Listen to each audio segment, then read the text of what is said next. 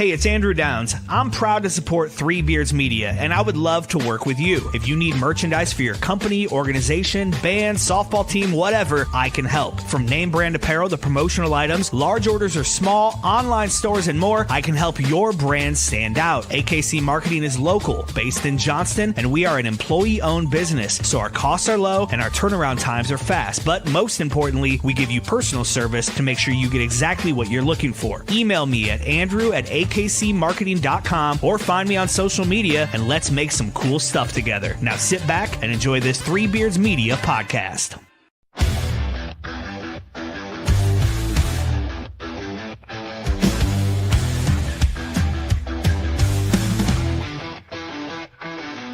Red and gold on the edge of the sky, feel the rumble, hear the battle cry.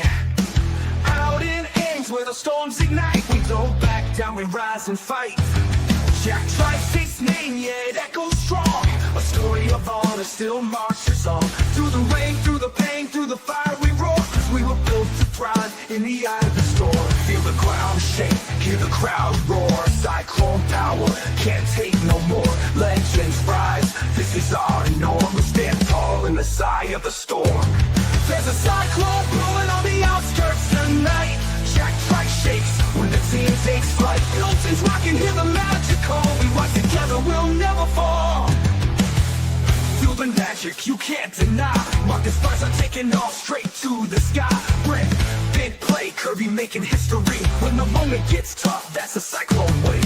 Through the trenches, through the lane, through the heat, through the rain. When the storm comes blowing, we embrace the fight. 'Cause the cyclones strike when the time is right. Feel the cyclones strike when the time is right. All right, welcome back to In the Side of the Storm, where we talk all things Cyclones. We are live from the AKC Marketing Studio with Andrew Downs and sponsored by Revelton Distilling Company out of Osceola, Iowa, and our friend Dan Douglas with Greenbrae Realty. I'm Dave Larson here with my Storm Team partners and Cyclone greats, Mr. Vintage, Brent Big Play Curvey. How are you tonight? Live, man. Alive and well. Well, you sound and look good. And of course, the legend, Marcus Pfizer. Marcus, good evening. Good evening, fellas. Good to be here. Good day, good day. It's great Final to have starts everybody. tomorrow. Brent, I have to ask, how are things going at Coach's Kolaches? I've had a couple of visits now since we last talked. I come into the store once. I've seen you a couple times down at the farmer's market. I actually missed you this week, and I was down there running a race and swung by for a quick kolache on my way out, heading back home. Okay. I was in, business is cool. Staying steady at the markets, man. That's been driving force this time of year because it's, kids are out, parents are going every which way and stocking up at Costco. So kind of limits my visits in the storefront, but, the markets are great. I was actually not there last weekend. My son he actually walked in Hilton. The irony of that happening, but walked on Saturday in Hilton. And so I missed it all, but they held it down. I did see that. So on tonight's show, we're going to talk some championship rings. We got some upcoming championship games involving a number of former Cyclones.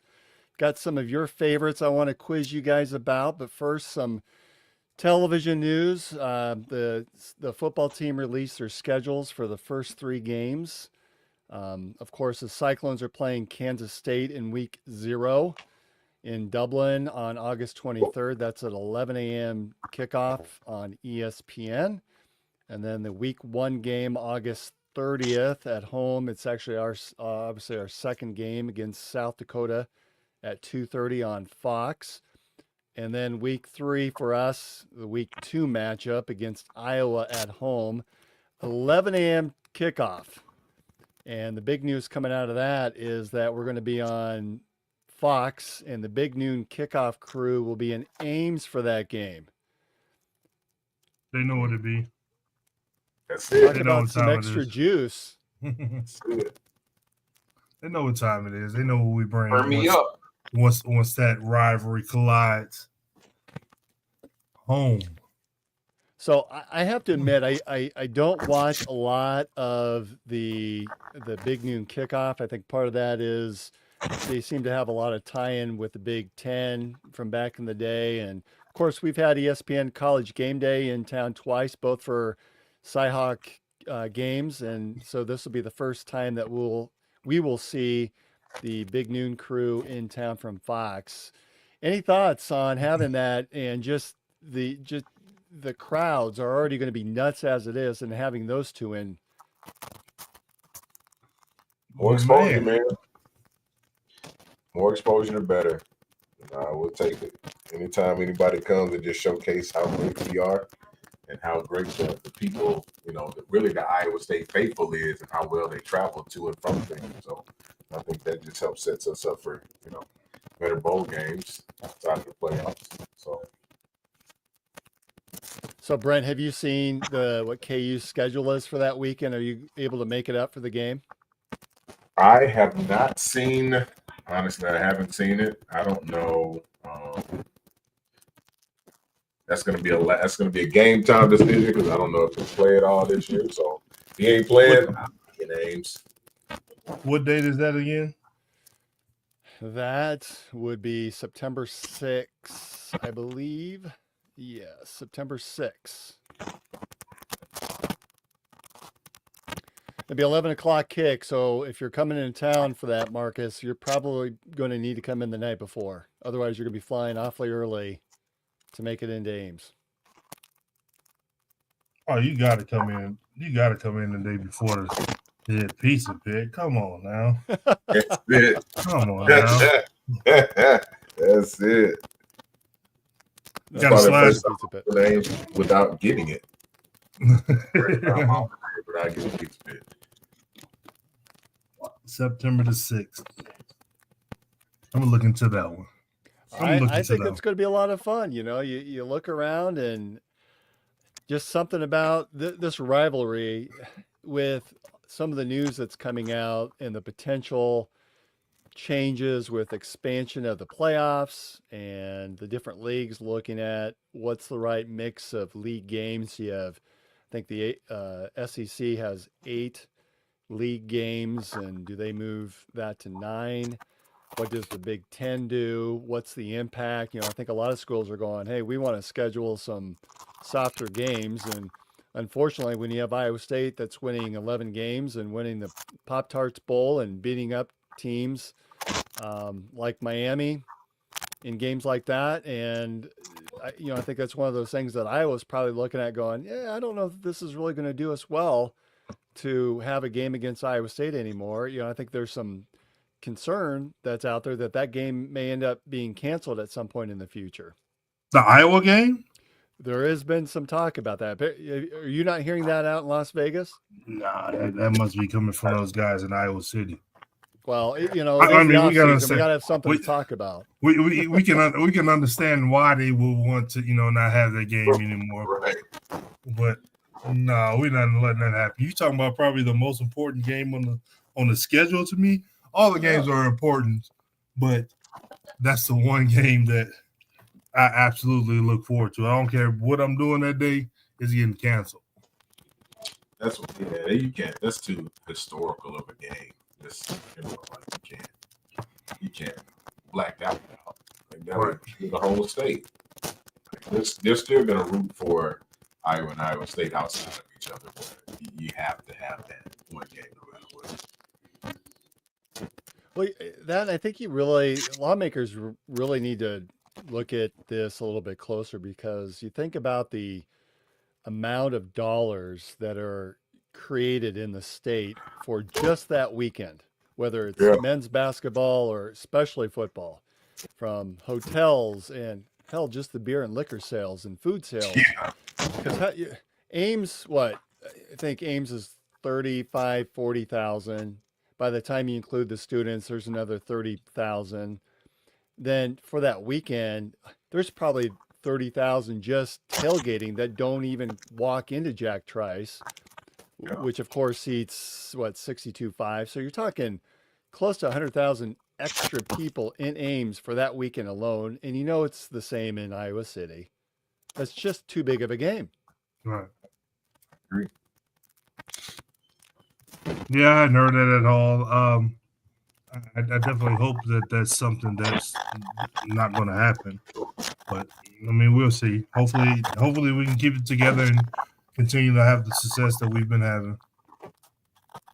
So I made reference about the top Pop Tarts Bowl. Did you two see the rings that the football team displayed on their social media account this Yeah, I week? saw it.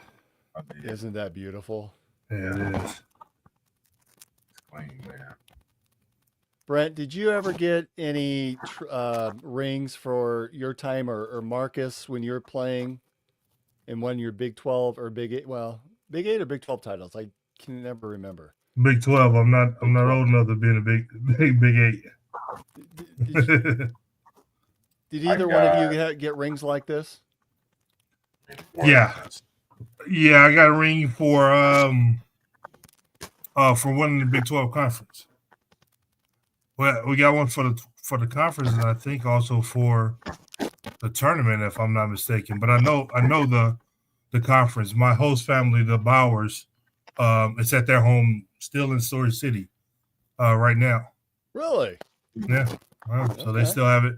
They still have it at their home. When I was back for the Hall of Fame induction, me and my best friend Thomas Watkins, we, they're all like family to us. To be Thomas and my family, his family as well. So we always there, and the basement that we used to live in the summers with them. They still got boxes and boxes of paraphernalia and stuff like that, and the ring is there.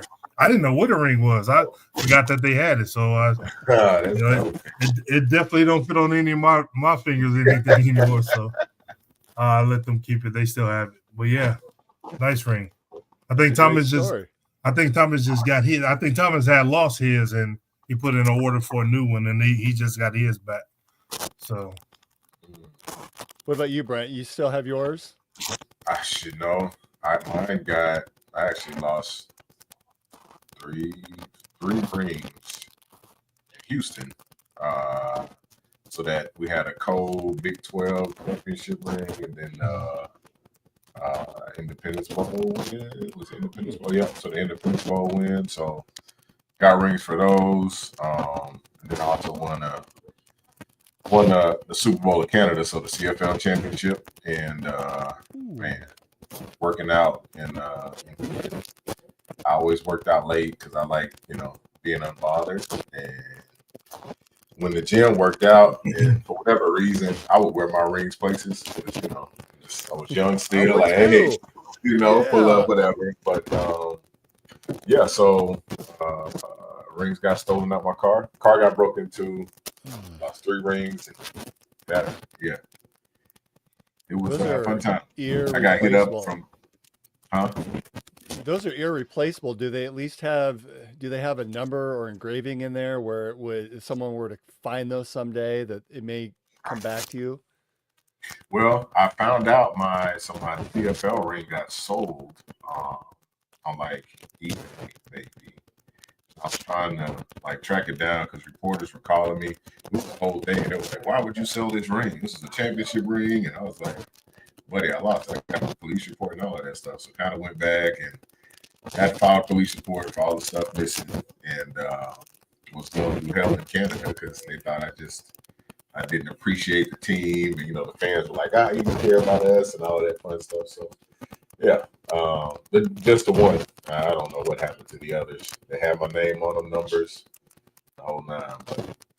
Nah, if they're any kind of precious metal and jewels and stuff in it, they're going to take that to a pawn shop or something and melt them down. People, especially if someone stole them, they're not. You're not stealing, rings to keep. You're stealing them for some kind of reason, for some kind of money. So, I mean, it is what it is. Well, I hope for your sake, Brent, that they end up finding their way back to you at some point in your life. Yeah, it'd be phenomenal. It'd be phenomenal. So, speaking of other football championships, we've got a number of Cyclones that are participating this weekend. The St. Louis Battlehawks play the DC Defenders for the XFL Conference Championship game this weekend. That's part of the UFL League. the Spring League.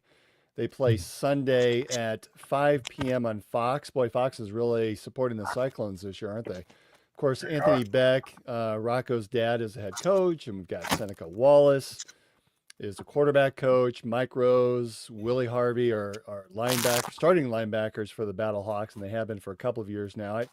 Willie was actually named an all UFL player this week, so congrats to him. And Hakeem Butler, another former Cyclone, is a wide receiver, and as of right now is the reigning player of the year for the United Football League too. So hopefully we'll see another championship ring for a couple of Cyclones. I guess it'll be next weekend if they win this weekend against the Defenders. Have you guys seen the Madden cover? I'm seeing some memes of some covers. I don't know what's real or not. That's dope. I like that. I think that's the official Madden 26 with Saquon Barkley on there. Of course, we all remember him jumping backwards in a game for, I think he actually gained yards on that too. And Brent, you may be referring to this one, and this is for our friend Chris Shipley, who we know is paying attention because he loves this show. But have you seen the alternative Madden 26 cover that they declined, unfortunately? I'd love to see it.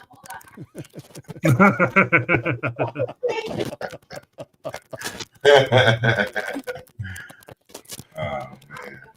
I don't know which one's better, but that was a pretty good one too. That's a classic. Isn't it though? That's forever a classic. Now, will you guys go out and buy the new Madden? It's hard to go out and buy it every single year, but I'm getting pressure from my college-age kid to upgrade to the Madden 26 and to the new college football game as well. Man, I hadn't played a video game probably in 20 years. But are your kids asking for it? No, my sons they play mostly like the Call of Duty type games or whatever, or the basketball games or whatever. But I literally hadn't, probably since 2005, 2006, I hadn't played a video game. Yeah. So now they got the computers and they on the screen and all of that. Like, I think Junior has a PlayStation. Yeah, we got him PlayStation 5. But you don't hardly even see that. He takes it everywhere. He takes a computer screen modem pretty much everywhere. But they're not on the TV. Like we used to be on the TV screen with the video game. They're on at the computer desk. I'm actually doing the pod again in my bedroom right now because he's downstairs at my computer desk with his whole setup. So the gameplay is better when you got a smaller. That's screen. what he say. Yeah, that's what he says. It's harder to see. Like, I don't know. I've been playing it too. Like I play Call of Duty. I'll do those like single person. That's what he says. But it's you got a big screen. You got one that's all about turning and how long it takes to turn. And being able to see when it's right here, it's a lot quicker and you can move, maneuver a lot easier. Really? That's really escape your That's exactly what he says. If with a screen being smaller, it's easier to play. Mm-hmm. Yep. Because you're here, I don't have to. When you're back, you're like, shit, I'm looking up. Okay, boom. But somebody's in that far corner. You're like, did something move? I don't know if something moved. But on this, you can see everything. It's a smaller screen. You're like, oh, I see him over there. Like, I shoot right now to it. This is news to me. So educational. So for me to jump back into like a gaming realm or something like that, I'll be the one that everybody be killing because I've been out so long. We used to play video games like crazy. Back we talking about back to where Nintendo 64 and 007. The GameCube was popular. The 007. I'm a Tecmo guy. That's all. Where everybody in large dorms hated this guy by the name of Reggie Hayward. I hated Reggie Hayward because could nobody beat Real. I mean, we were basically competing with each other because when Reggie came around the door, I was like, man, bring your big ass in this room for to kill everybody. but I really hadn't played a video game since way back then. And like Brent said, I mean, Junior says the same thing. He has this monitor that's like curved, and he has like a smaller one. It's not as much as the curved one, and the curved one is on the floor. He plays on that little smaller one, and I guess that's the reasoning. Well, Brent, is Malachi, could he be making an appearance in this updated version, or will they hold off until next season? I don't know how all that works with him coming. He should be. He should be. Yeah, he'll be on this one. Yeah, he'll be trash, but he'll be on this one. Oh, they're gonna be trash. Yeah, It's gonna be like, you ain't trash. got nothing. So you about to be a 65, and you better be happy. Man. And I'm talking about slow moving like man. I remember my first be on the game like come on, man. Like at least off the McDonald's American. Y'all got me missing dunks, boy. But that first year, my goodness. Wait, so they took the McDonald's All-American and you sucked in your first season. Man, and when you become a pro, the pro game be the same way. Like, ain't no in hell on that trash. And your first year, you always suck. You dribbling the ball, if they touch you, it's like gone. A turnover. That's hilarious. It was just like that too. It's just like that. Unless you like Cooper Flag is not gonna suck. Those type players. Wembyama didn't suck. Those type players is. Now if your rookie season sucked, then next year is going to be adjusted. But LeBron didn't come in as a second player. It's just when they really don't have no stats on you like that, they're not going to guess too far. Well, anymore with technology, can't they adjust you even mid-season? I think they're doing that now. That's what Chad Ochocinco's doing. He's one of the Madden ratings guys, and I think Beast Mode was too. Marshall Lynch for Madden. Like they'll go around kind of grade games. They would help adjust ratings. Oh wow! During the season. So. Well, I see pictures of Malachi, Brent, and he's a grown ass man. I mean, he's not a kid anymore. Yeah, man, it's so different. I was like, it blows my mind. And I've been in the whole realm of like looking at the old videos of training and working out, doing all this stuff. And I was like, that big smiling kid isn't not even trying to be like quiet. I said, okay, shoulders all back, chest is up. I was like, next thing you know, your neck be wide in the damn shoulders. neck like Mike Tyson. I was like, it's coming. Yeah. And he's got that great stash going too. I mean, yeah. At that age, they're not going to touch it. Right. Man. Well, the crazy part is, wherever I cut his hair, and he was like, "Well, just see how it looked," because he hadn't had a cut or didn't cut his face, so he damn near had a full like a beard coming. I said, "What the fuck?" I lined him up, and I was like, "I'll be damned." I said, "Wait, let me show you what I had." The baby chin strap that went from here and just barely touched, and there was about 6 hairs connected it all the way around. You got a full. This is nuts. Right. I was well into my 30s before I had a full beard. Man, yeah. I'm just tapping into this whole beard thing. It's been a while, man. Right. Well, I'm jealous. I have way too much gray in my facial hair anymore. To the point I look like Santa Claus. Well, you guys have seen. I think I've grown it out during November. November. No shave. No shave November. Speaking of men's health, we should probably bring this up, being 3 guys on the show with families and friends, and I'm sure we've got a large male audience that listens and watches us each week. But the ESPN science show and their host John Brinkus died earlier this week. It's been attributed to some battles that he's been fighting, and I think Marcus, you had some comments on social media for those of us that follow you, and I think it's something that, as men, it is difficult to talk about some of the battles that we have and the issues that we deal with, and sometimes we don't deal with it very well, and we don't reach out to family and friends and our loved ones. You know, I feel really bad for John's family and his friends and his work colleagues, and boy, you know, for anybody that's going through an issue in their life, and we all do it, right? Every day, every minute. Sometimes we see it, many times we don't, unless we do reach out. So I would encourage anybody, you know, if you're having a struggle, just reach out to any of us. Reach out to your family, reach out to your friends. You know, it's okay to not be okay. It happens to all of us.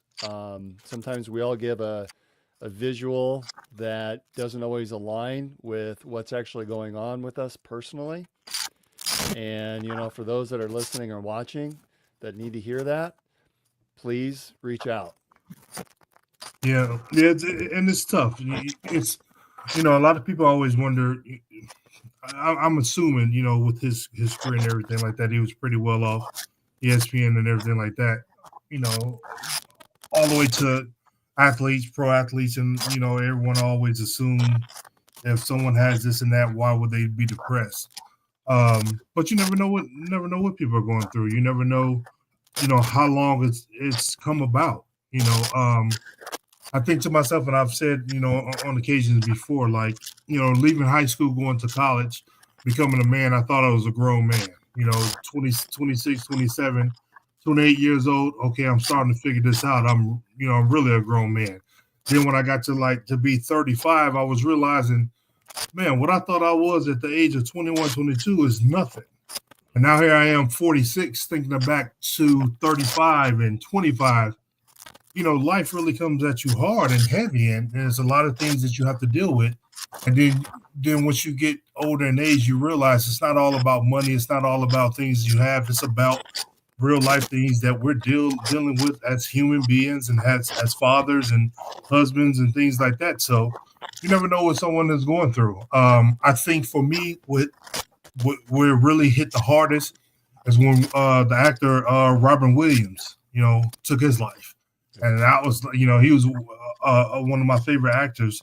And when you realize, like, you really don't know what people are going through in their lives and the things that are happening, and, you know, that can ultimately make them make that decision. And, you know, you just think about, you know, where do we go from here? You know, what's the best approach? And just praying, hopefully, you know, the people who need the help can get the help. Yeah, man, well, you know, it always takes a village. You know what I mean? So you got a group of guys that you're cool with, or people pop up on your mind, man. Just reaching out, tapping in, saying what's up. I know a lot of me and my teammates, man, we got a chat, and it's usually quiet. But then somebody randomly pop in, like, hey, checking in, what's up? Checking in on everybody. Do that often. I think that's it's imperative to do, because sometimes you might tap in at the right time. I was actually talking to Malachi. He was in a group in Kansas. They call it Culture or something like that. But it's a group of them that come together, and guys can share if they want. You don't have to. And one of the stories that he told me, there was a player there that lost his mom. His mom took her life, and he was like, the night before, he was like, man, I'm calling mom. I just wait till tomorrow. You know, no big deal. He was on her. Sorry, she was on his mind. He called. Wakes up next day, he's got a million missed calls and text messages, right? Because they found out that his mom had committed suicide that night. And they good with that, you know, sharing that guilt for so long. And I was like, man, that be a reminder. Like, people pop on your brain for whatever reason, just tap in. It doesn't take much. Like, people on their phones all the time. Say something. I know that's about the moms, but it's just in general, because you, Martin said, you really just don't glitz and glam looks good, but no idea what kind of struggles these people go through. So it's just important, man, to reach out to people and be a friendly extension to people too. I make people speak to me now. They walk fast. A lot of people have their heads down and speaking anyway, because you really just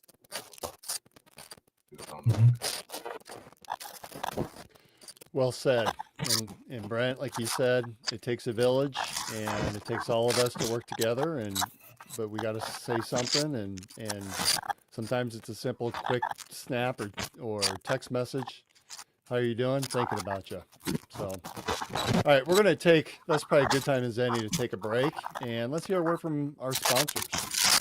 Making great tasting bourbon requires the perfect combination of ingredients, conditions, and time. The longer it rests, the better it tastes. Revelton Distillery's new single barrel bourbon is made from 80% corn, sourced 100% from Iowa farmers. And unlike mass-produced bourbons, each barrel of Revelton's single barrel bourbon is unique, proofed on when it tastes best. As they like to say, it'll be ready when it's ready.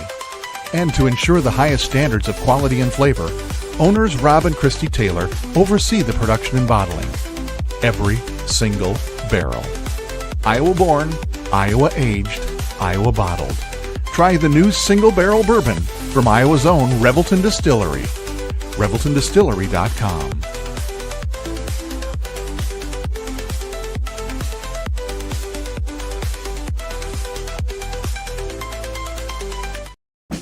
In 2023, a crack Green Beret named Dan Douglas retired his military command and promptly escaped to a full-time career in real estate. Today, this man is wanted by home buyers and sellers who want to survive the process without spending a fortune. If you have a home to sell or want to buy one, maybe you can hire Dan Douglas at Green Beret Realty. You can find him at greenberetrealty.com. greenberetrealty.com. All right, we are back. I played that shorter version of Dan Douglas and Green Beret. I love the A-Team. It's been a while since we've heard that music. It's just, I don't know. There's something about the Green Beret Realty and that music theme. I love it. So, hey, a quick question before we move on.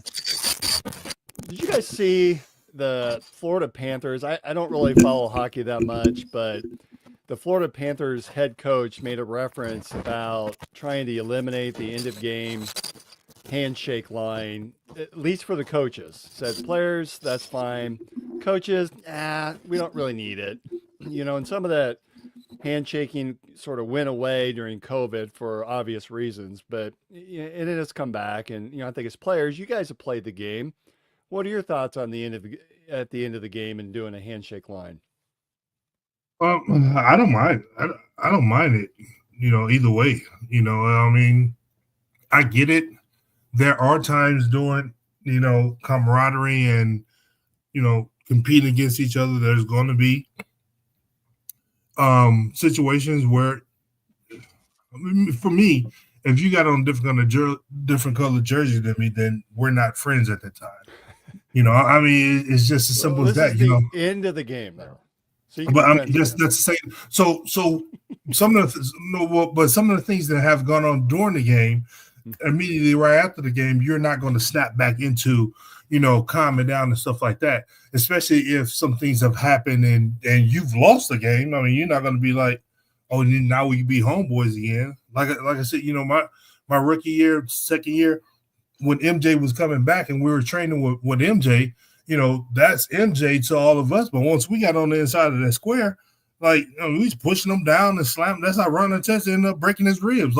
It's just is what it is, And then once you're done playing or training or whatever, you get into once everything is over. But immediately after the game's over, you score that last basket and you win and somebody lose, you're not thinking about, hugging and high-fiving. So, to me, it really doesn't matter.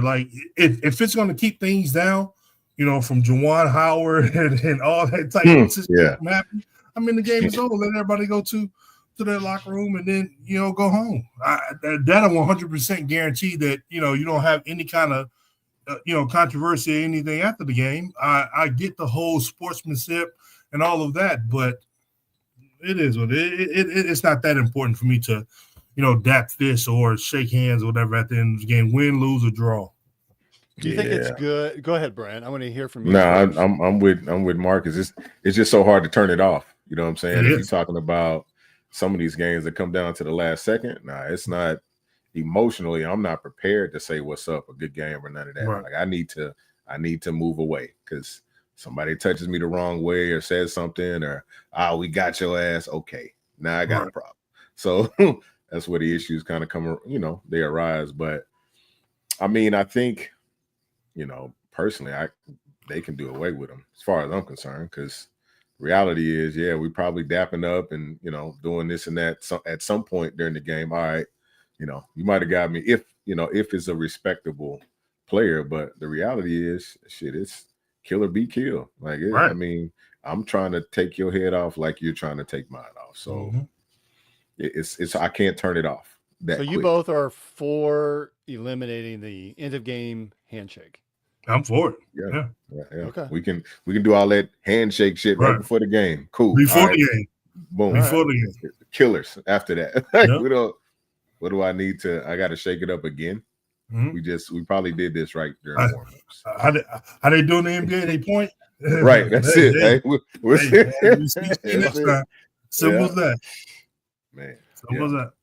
What about from a fans? You guys are looking at it from a former player and athlete perspective. Do you think it's important for fans to be able to see some of that taking shape at the end of the game? Hard fought match. You've been going at it for an hour, 3 hours in the case of football. Do you think the fans should see it? Just curious of your perspective. Well, no offense to the fans, but that's a behavior that's learned by the fans, as it's portrayed as sportsmanship. If it's something that's learned, now you're learning why we're not going to do it anymore, and just accept that. Like, it's not like you're paying to see. Nobody is buying tickets to see us shake hands at the end of the game. That's the reality. If it's something that's put out on ESPN and all the sports channels and everything like that, this league or the NCAA is going to do away with because X, Y, and Z, I'm sure we're smart enough as a nation, I think, to understand what we should be expecting at the end of the games, and that's it. Right. Yeah. I don't think it should matter, because the reality is, as soon as that buzzer ends, how many fans are looking at the court?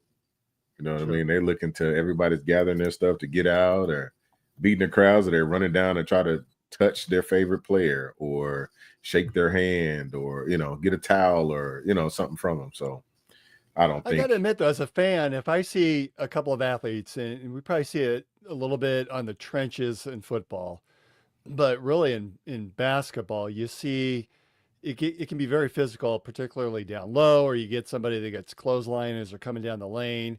They get up and they get in each other's face. I think as a fan, we have a tendency to look at the end of the game to see, okay, are these guys going to shake hands? Are they going to hug it out? Or are they going to go to fisticuffs?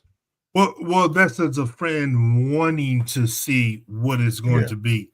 Yeah. For us as the players, or for the league, or for the programs, if there's still animosity there, we don't want that interaction to even come about, because if they, if LeBron and Draymond has been at it or whatever, and LeBron messes around and punches him in the face and breaks his hand, because of what has happened during the game, and I say LeBron because the fans love to see him leaving the court before the end of the game, and it's a myriad of things that he could be doing that they don't know what goes on, in the locker room at the end of the game. But it just is what it is.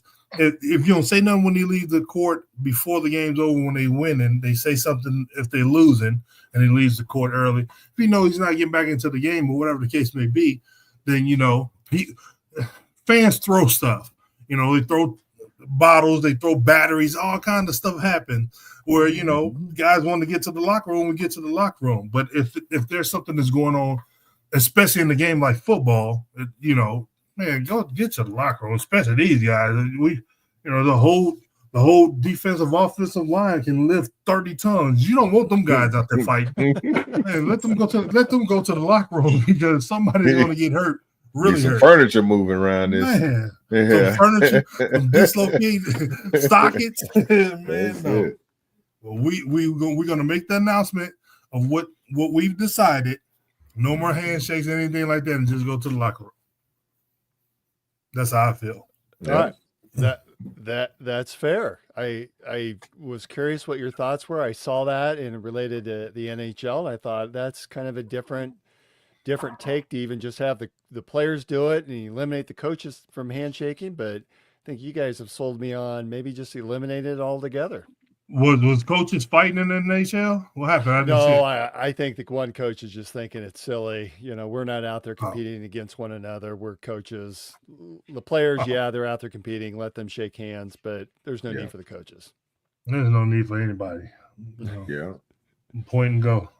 All right, so we have got some more championships for our Cyclones. None other than Tyrese Halliburton in the NBA playoffs, as his Indiana Pacers tip off tomorrow, Thursday, against the Oklahoma City Thunder. Is this, Marcus? Is this one of your Thunder teams? Yes. Listen, I told you, if your organization cut me a check, it's your team. And then that was the Sonic organization. I was with them for a little bit. So, of course, and I played in Oklahoma City. So, kind of conflicted. Wait, you were a Sonic too? I was with the Sonic organization for a little bit, yes. That's the organization that came from Seattle to Oklahoma City. Yeah. I played in Oklahoma City as a part of the New Orleans organization. So that's the transition of the, So, I mean, I'm rooting for OKC for the city. I'm rooting because of the Sonic organization too. I played with Ray Allen and guys before KD's rookie year in Seattle. So that's how all of that happens. And like I said, I'm kind of conflicted. Of course, I want my young clone to have success. I want, the organizations that I was with to have success. So kind of sitting in the middle. I'm going to be rooting for them both for sure. And what a stage for the Iowa State Cyclones to be. Tyrese, Mr. Overrated, as scored by his peers earlier in the season by that weird I'm glad that happened, survey. Now, granted, he only had, 4 or 5, but he was the top vote getter. It wasn't that I'm glad that happened, though. The top one. Yeah, I think, look what he's done with it. He's parlayed it to put his team in a position to win the NBA Finals. He quietly came into this playoffs with a chip on his shoulder we knew he had, but I'm glad that happened. I'm glad that happened. All right. What Drake say? I needed that. Yeah. So, Brent, I'm going to ask you first, and then we'll ask Marcus who you got and how many games. Well, I saw something floating around today. It was Pacers in 6th. So I'm gonna go Pacers in 6th. Wait, did you see that video that I can't remember what social media I posted it to, but about the dog picking? I didn't see. So there was somebody posted a video of a dog bouncing a basketball into 2 separate laundry bins. One that had Pacers on it, and the other one with Thunder. And the Pacers had 4 baskets by the dog. And the Thunder had 2. Pacers in 6. Pacers in 6. That's it. Yeah, I saw somebody cut up a video with Stephen A. Smith, Shannon Sharp, and some clips or something like that. And Halliburton came in there and said Pacers in 6. So I'm rocking with it. I'm rocking with the clone. All right, Marcus, who do you have? I'm more of a realist, and I can see I can see my Thunder in 5. I just really think I think they're so good offensively that people don't understand how good they are defensively. Like they really made Anthony Edwards look like he was a freshman in college. And it wasn't nothing that they did spectacular. They just know how to play. And so point guard, I think they're going to really swarm the hell out of Halliburton and get the ball out of his hands, and that's going to disrupt everything. I think the Pacers will win 1 game, but you still got to come back through Oklahoma City with them having home court, and it's going to be tough. What's his name? Sam Presti is the GM. He really put that team. what the Thunder have done The is Thunder. nothing short than remarkable. I mean, Mhm. and they still have, I think, two from all their trades that they made a couple of years ago, which landed them SGA. They still have, I think, two more first round draft picks that are owed to them as a result of their trades. And years to come, yeah. Yes. He mean, really this- put that team together Yeah, this could be extremely the well. start of multi championships for the Thunder. Yeah. So it definitely could. I'm definitely waiting to see where Giannis ends up. That could be because if he ends up in somewhere like San Antonio, that's going to be a problem. Yeah. If he ends up in somewhere like Dallas, like I said, if I was, I mean, Nico has done some weird things as it is. I'll be thinking about it. I'll be calling Milwaukee and be like, listen, y'all can get this number one pick if Giannis is going to come down here. To put him with AD and But the Bucks can't and trade Kyrie- him, can they? They are finally a relevant Yes, it- franchise. They the can't Bucks trade is- him. who? The Bucks. They can't trade Giannis. But he's about to be a free agent, so they're going to lose him without getting anything back. That's where the players hold all of the cards where, okay, I'm not going to resign or I'm not going to sign a long-term deal. So you got to get something back for him. You just can't let a superstar like that walk. If he leaves and you don't sign somebody or get anything in a trade, then what are you leaving us with? That's like, the SGA trade to the Thunder from the Clippers. Paul George, they knew Paul George wanted to end up in LA regardless. Well, he's probably going to end up in LA regardless. Let's trade him before he becomes a free agent. And then that is what it is. So if it's a rebuilding time for the Bucks, get that number one pick, start rebuilding players and things like that. I mean, look, Dallas had a top draft pick years ago with the Milwaukee Bucks had a top draft pick years ago, and they traded, tractor trailer, rest in peace, tractor for, Yeah. Dirk Nowitzki. Giannis. I mean, that's what I'm saying. Like, it's the same two teams. So I did a quick make something Google happen. search. Giannis's $186 million contract, it starts this next season. So he's got another 3 years left. I don't know. I'd worry about it as you get closer to the end of that 3 year period. But you can't look at the number of how many player options are in that contract.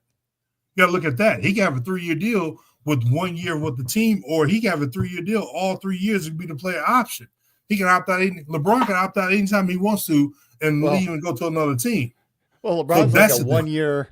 It's like like what Michael was doing at the end of his career. It was exactly 1 year contracts. That's basically what LeBron is doing. And so that's what players are doing. Although he always has that second year player option, so he can dictate. So you'd be hard pressed to maybe believe that Giannis' 3-year deal that's about to come up, he doesn't have 2 player options within that deal. Because it doesn't matter what the years is or how much it is. I play 1 year, and if I want to opt out, he can reset the market every single year because of who he is. And so, they signed the contract, put the player option in there, see how things are going. The Bucks know something a little bit more than what we know. And he's talking about leaving now. So we're going to get him moved now where we have great value. You don't want him to get down the road a year or two and maybe have an injury or something like that, and then the value goes down. Yeah. Well, but that's like that with every player. Right? So I did a Google search on NBA.com, and it says that he's got a fully guaranteed, this is Giannis, fully guaranteed contract, as well as, and the player option that you're referring to is just for that final season, the 27-28 season. So they've got him under lock and key for 2 years, with that third year being a player option. Or like you said, LeBron is pretty much every year is a player option. Because he only does 2 years. They have him for 2 years at least. That's what I'm saying. I don't know. I think you got to keep him for a year, maybe even a year and a half. Let's see what the team can do with new coaches, see what they can do around him. Middleton's getting older. Don't they have Middleton got traded. Oh, did he get traded? To the Wizards. He was a good mix with them. But they got What about Dame? Is he still with the He Bucks? tore he tore his Towards Achilles. You his remember? Achilles, Oh, yeah. yeah. He's rehabbing. Good point. So but if I'm the Bucks, I don't know if I'm giving up it's like trading Lou Alcindor, Kareem Abdul-Jabbar. Then they were not relevant for the next 30, 40 years again. I just don't see that working out too well for the Bucks. Your Bucks. Were you guys surprised at all with the Knicks firing Thibodeau? No. Bring it No. on. Why is that? They beat the defending champion Celtics, Right. and I realized they were, they had Tatum was hurt, consecutive 50-win seasons, made the Eastern Conference Finals for the first time in 25 years. 25 years. Marcus, you were still in college. Brent, you were in high school. Yeah, That's how long this has been. But Tom is a good coach. Tom is a good coach that doesn't understand that you have to go past starters plus one maybe. Like he doesn't listen to his players. He's kind of a Larry Brown 2.0. We all knew. We all knew once they got past the Celtics, if they got past the Celtics, when they ran into Indiana, they were going to be that much more rested. Those guys get tired, and he doesn't incorporate. There were times in that series where they won games that we thought it was going to be over from guys coming off the bench playing, and then the starters are on the bench because they're getting fouls because they're tired. You bring guys off the bench, they make shots and stuff like that, and everybody's wondering why you haven't been playing them all year long. You have guys like Bridges that's been talking about, man, these minutes are what they are. Like, we like to play as much as possible, but some of these games you can play 48 minutes, 46 minutes for all 82 games. And I knew that if they did not advance to the finals, he was going to be fired. He did it in Chicago, he did it in Minnesota, and he's done it now in New York. So Marcus, to your point on some of the statistics, I looked this up. So I'm not sure where I saw this. It might have been The Athletic, but the Knicks' top 7 players played 93% of the Knicks' postseason minutes. 93%. Damn. In comparison, Oklahoma City's top 7 played 82% of their postseason minutes. Indiana, 80%. So obviously, the Knicks were just not using their bench very well. Not using them pretty much at 93%. They weren't using them at They all. weren't right? using them at all. But who else? Who was playing? McBride and then 93%. And we talking about games that's every other day.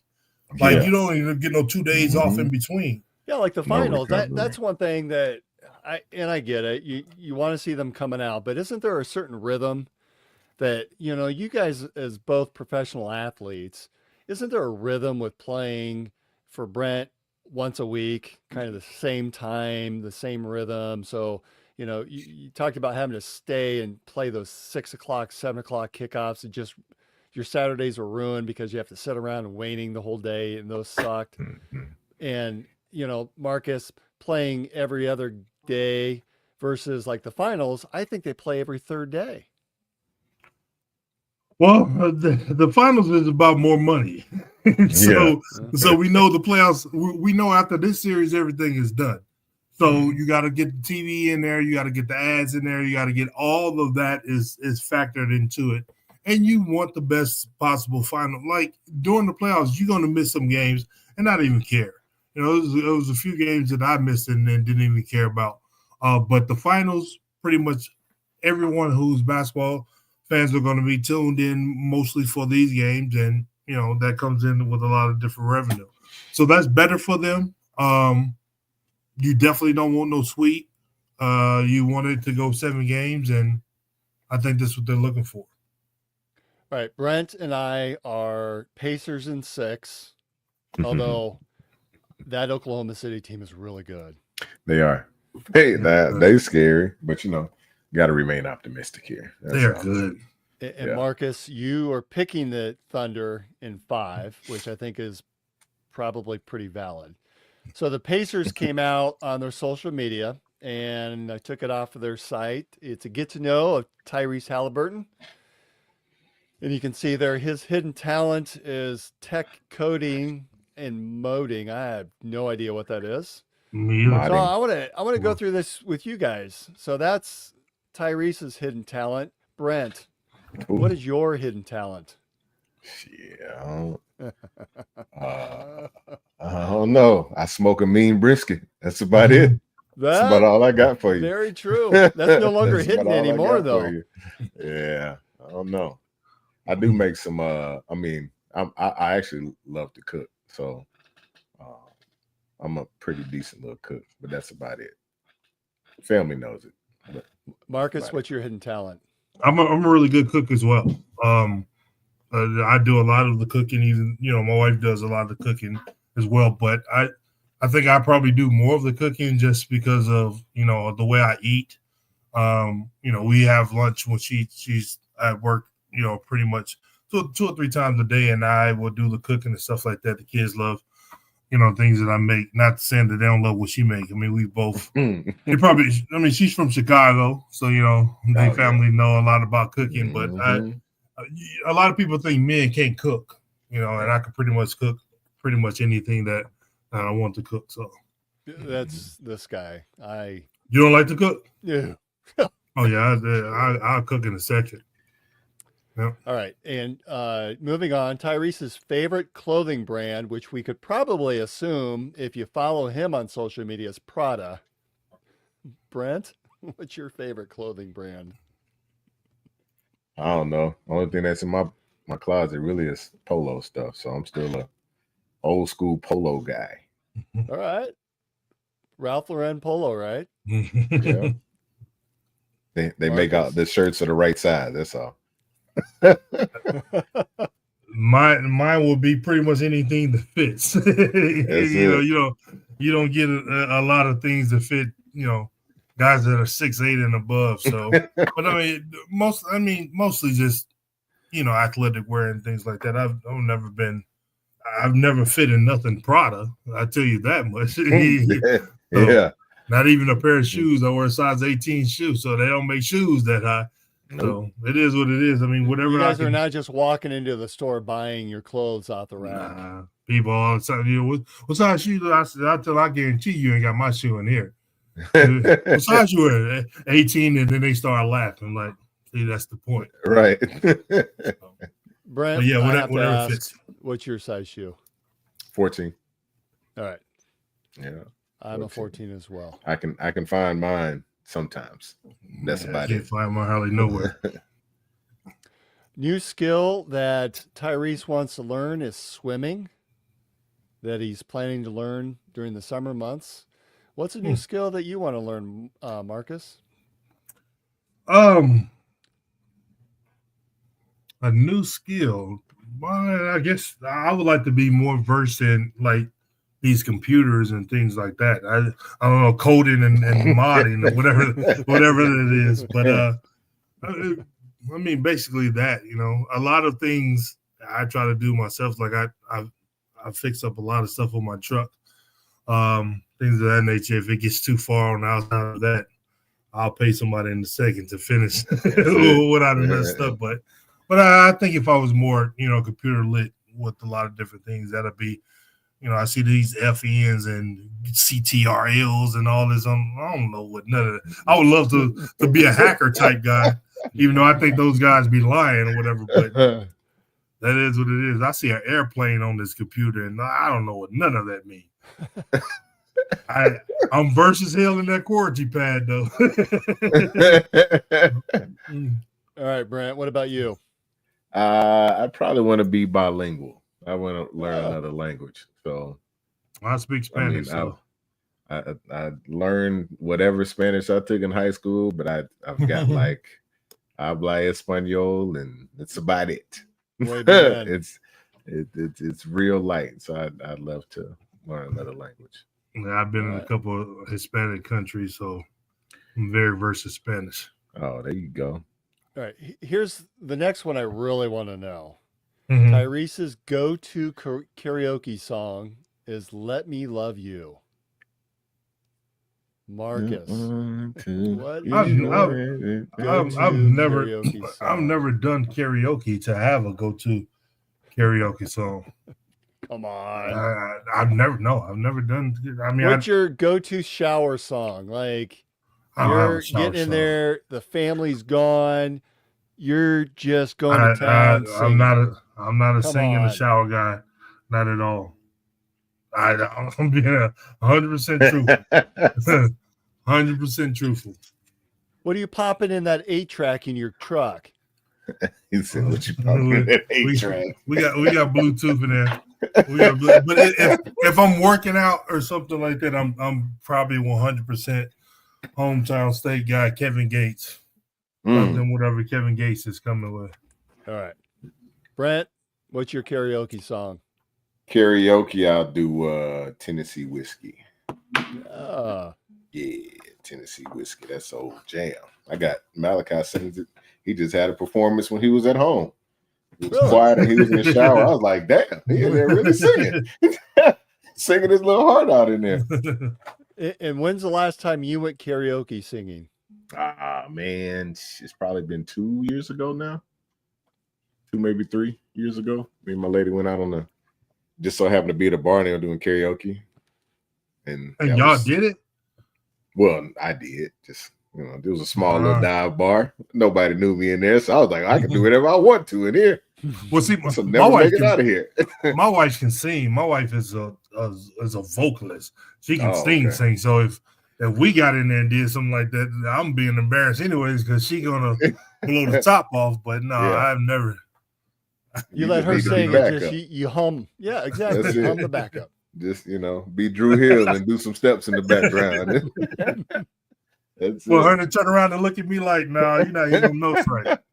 All right. Tyrese's favorite non-basketball athlete is Brock Purdy. So, Brent, since you played football, who is your favorite non-football athlete? Which is kind of an odd question because I know your love is really basketball, but I don't know. You know what? I will say Larry Johnson. Old grandmama.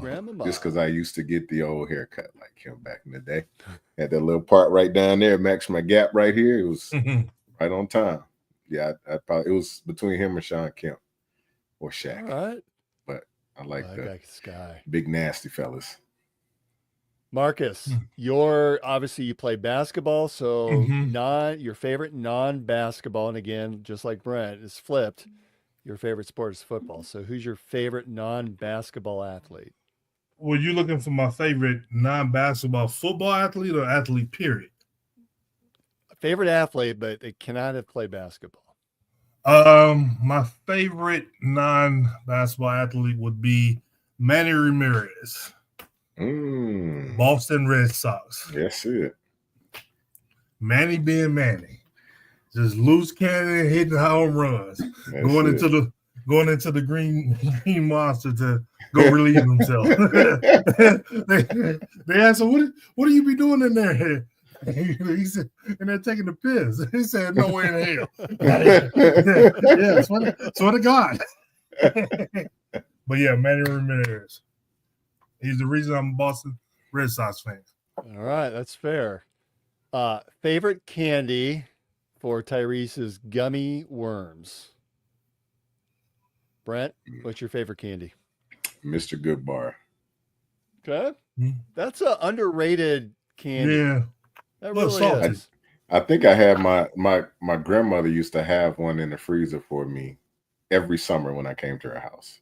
So I think I just kind of grew this love for him and saying never let it go. It's a little bit of nostalgia, so it's my favorite. Bless grandma. What about you, Marcus? Mine would be the Reese's, either not the cups, the Easter eggs or the Christmas trees or the pumpkins. My older brother, who passed away from COVID in 2020, he used to always get it for me and my sister. Just you know what I'm talking about, the ones that you get out of the store, Walmart or Walgreens. not the regular joints. It's only for the the seasonal, right? The Seasonal. peanut butter to chocolate ratio is different than the regular cup. It is. I'm like that. I'm like that with the Snickers. I'm the same way with the Snickers. I like the Snickers eggs and the Snickers trees. Exactly. I feel like it's just fresher or something. I don't know what it is, man. They hit different around those holiday seasons. They do. Definitely hit different. I have to force myself to walk past. And then like the eggs or whatever, they like $8 now. I'm like, oh, I'm good. I don't need it anyway. Right. I don't need it anyway. Awesome. And then finally, Tyrese's most used emoji is what the side, I don't know what you call that, but rolling on the floor, laughing. Yeah. That's what that one is? Yeah, I do the same. That's my most used one too. That's your most used. I think I've seen that in the chat too. Yeah. Mine would be the shoulder shrug. Because we living in a time where I can't understand holy shit is going on. Hey, it is what it is. You'll see that all over Facebook. As we close out, Mark, Brent, this is a question for you. So one of our sister pods, the Old Man Strength podcast, had on a couple of folks, and Cyclone fans probably know them quite well, but Hank Kohler and Tim Gleason, they're the two guys that drive around in that Cyclone fire truck on game days, and they will often tailgate, and you can hear it coming as a part of the Spirit Alley as the players get and the fans get all lined up for the game. And I'm sure they were there for you, Brent, during your playing days. But they had a story to tell on Old Man Strength. I wanted to play it and get your reaction. All right, so let me see if I can pull this up, and we're gonna go. All right, can you see that? Nope.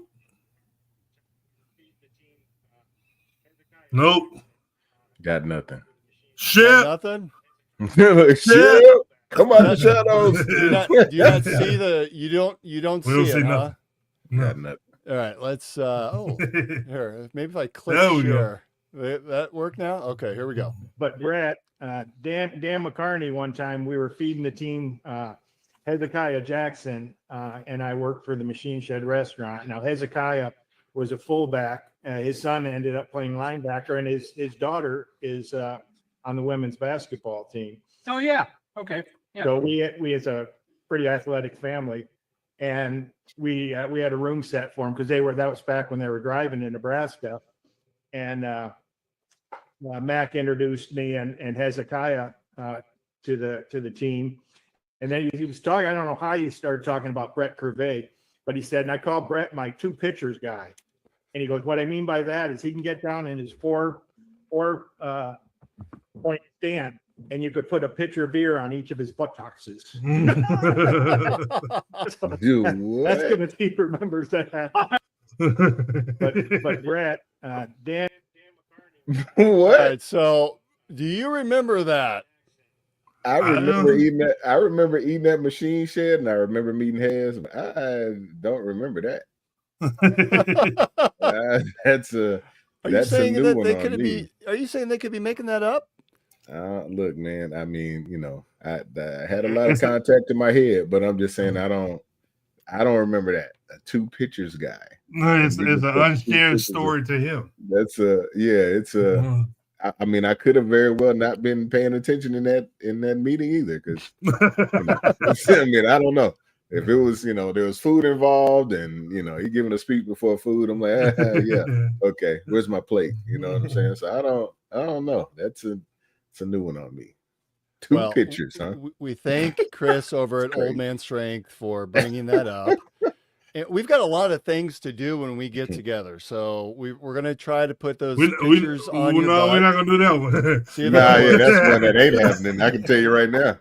We're gonna have Marcus participate in his first karaoke contest, and we're going to drink quite a bit of Revelton Distilling liquor when we're all together as well. I think of those, that last one is probably the one that's going to come true.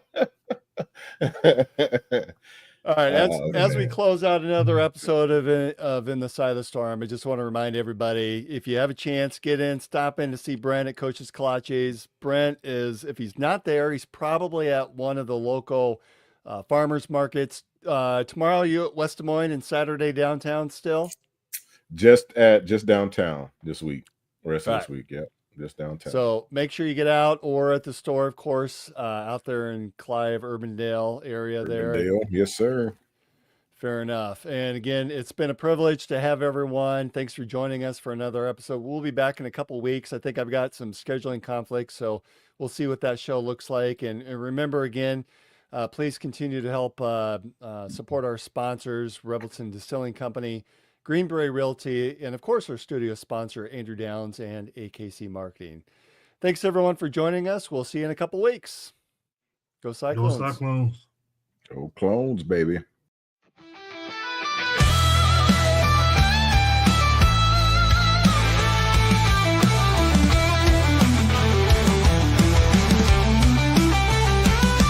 There's a cyclone brewing on the outskirts tonight. Jack Tribe shakes when the scene takes flight. Hilton's rocking, hear the magic call. We rise together, we'll never fall. There's a cyclone brewing on the outskirts tonight. Jack Tribe shakes when the team takes flight. Hilton's rocking, hear the magic call. We rise together, we'll never fall. CYCLONES, Cyclone Nation.